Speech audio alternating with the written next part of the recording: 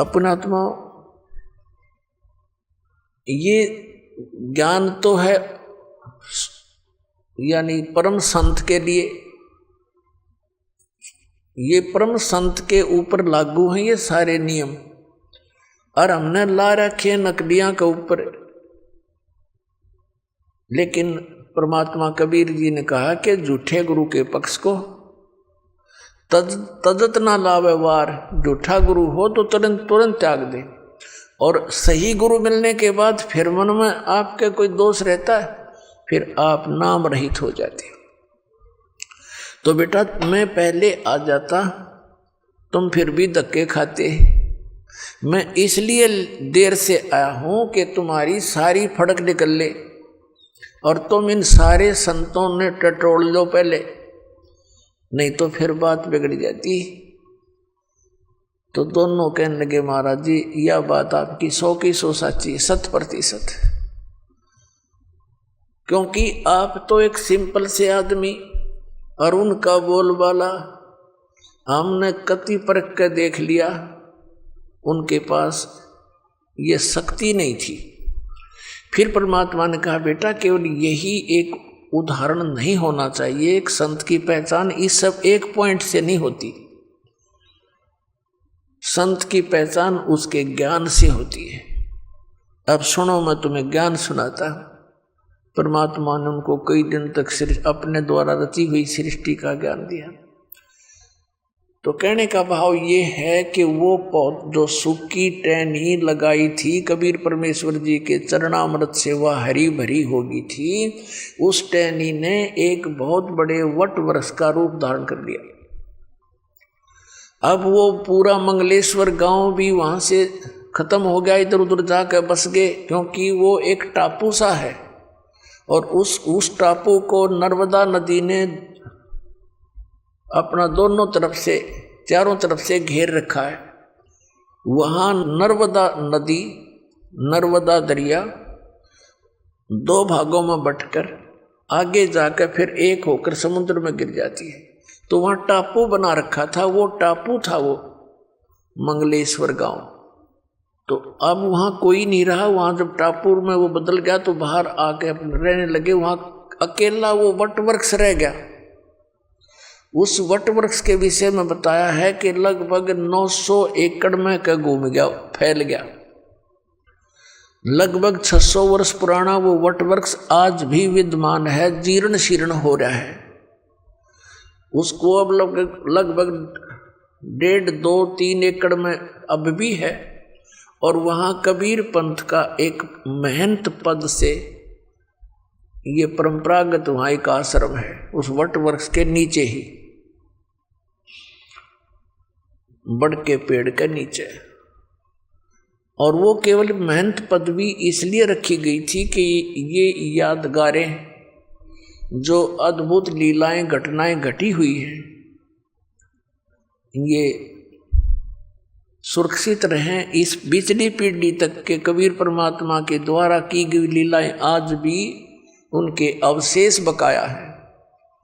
तो पुण्यात्मा उस वट वृक्ष को देखने के लिए पहले हम गए बांधवगढ़। बांधवगढ़ के अंदर कुछ नहीं पाया। वहां उनका धर्मदास जी का लड़का था नारायण दास, वो परमात्मा की शरण में नहीं आया था। फिर परमेश्वर कबीर जी ने आदरणीय धर्मदास साहिब जी को अपनी कृपा से 60 साल की उम्र हो चुकी थी उनकी, धर्मदास जी की, तब एक संतान, एक पुत्र दिया था।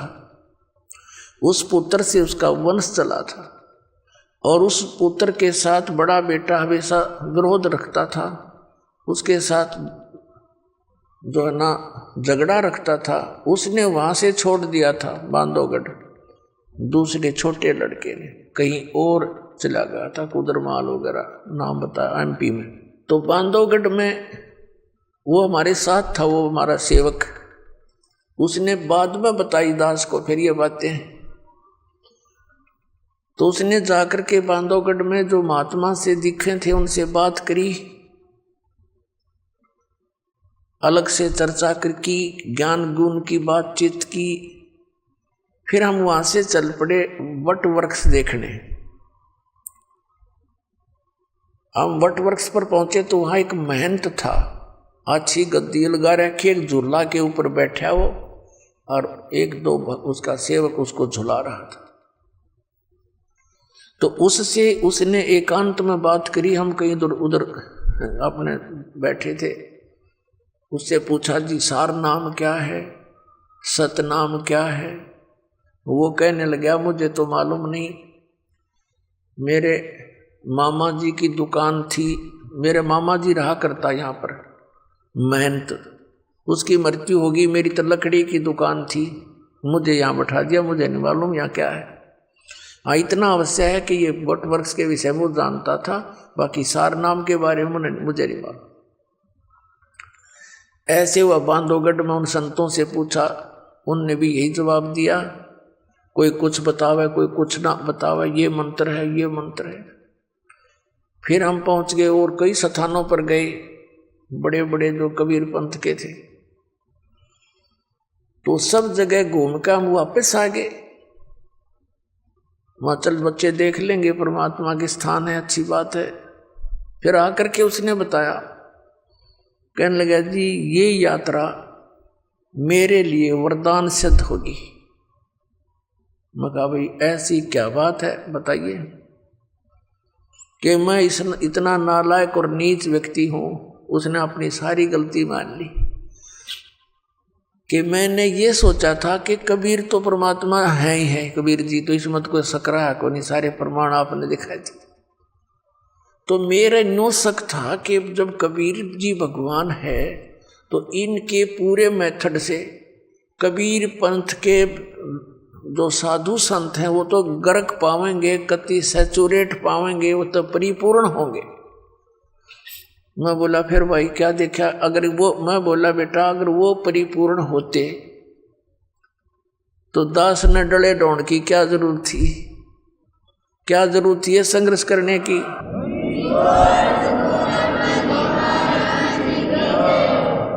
इस दास ने क्या जरूरत थी फिर इस पंगे में पा देने की? सारे सबको मैं बताऊं इनका ज्ञान गलत, इनका ज्ञान गलत और यह ज्ञान सच्चा। और सभी बोली आत्मा भी नो सोचे रामपाल निंदा करता है, निंदक को और सच्ची बताऊं। तो उसने फिर बताया, जी मैं ऐसे ऐसे किसी से पूछा, महाराज जी सार नाम क्या है? उसने क्या बताया कि हाथ पर आटा ले लो। एक कबीरपंथी पुराने आश्रम का 60-70 साल का बूढ़ा, और नो के हाथ में आटा ले लो और श्वास के निकट कर लो, और श्वास से उस आटे में कोई डिस्टर्बेंस ना होनी चाहिए, बस ये समझ लो सार शब्द है। वो कहने लगा, अब मेरा तीसरा पेटा भर गया, ऐसी दृढ़ता आई, हे भगवान ये तो कति नरे खाकी बैठे हैं, किसी के पास भी कुछ को नहीं। और फिर उसने बताई, जी मेरे मन में इतना नालायक हो, मेरे मन में ये दोष आ गया था। माँ भाई कोई बात नहीं, ये तो आवेगा और इसका समाधान भी भगवान करेंगे, जिन पुण्यात्माओं पर रहम करेंगे। वो दिन है आज। उस बच्चे को ऐसा दृढ़ निश्चय हुआ इस दास के इस सारे ज्ञान पे, और उसका जीवन सफल हुआ, ना तो फिर मार खा जाता कितने। तो पुण्यात्माओं, अब बोली आत्माओं के ऐसी समस्या और आवेगी। एक और परिवार था, राधा स्वामी पंथ से आया था सन 2003 में। पूरा परिवार आया यहाँ पर, दीक्षा ले ली क्रोथा आश्रम में, और अच्छी लगन से लगे रहे। फिर उनके मन में भी यही दोष पैदा हो गया, सारा ज्ञान समझकर, कि भाई अब दामा खेड़ा के अंदर धर्मदास साहिब जी की गद्दी से संबंधित संत बताए हैं।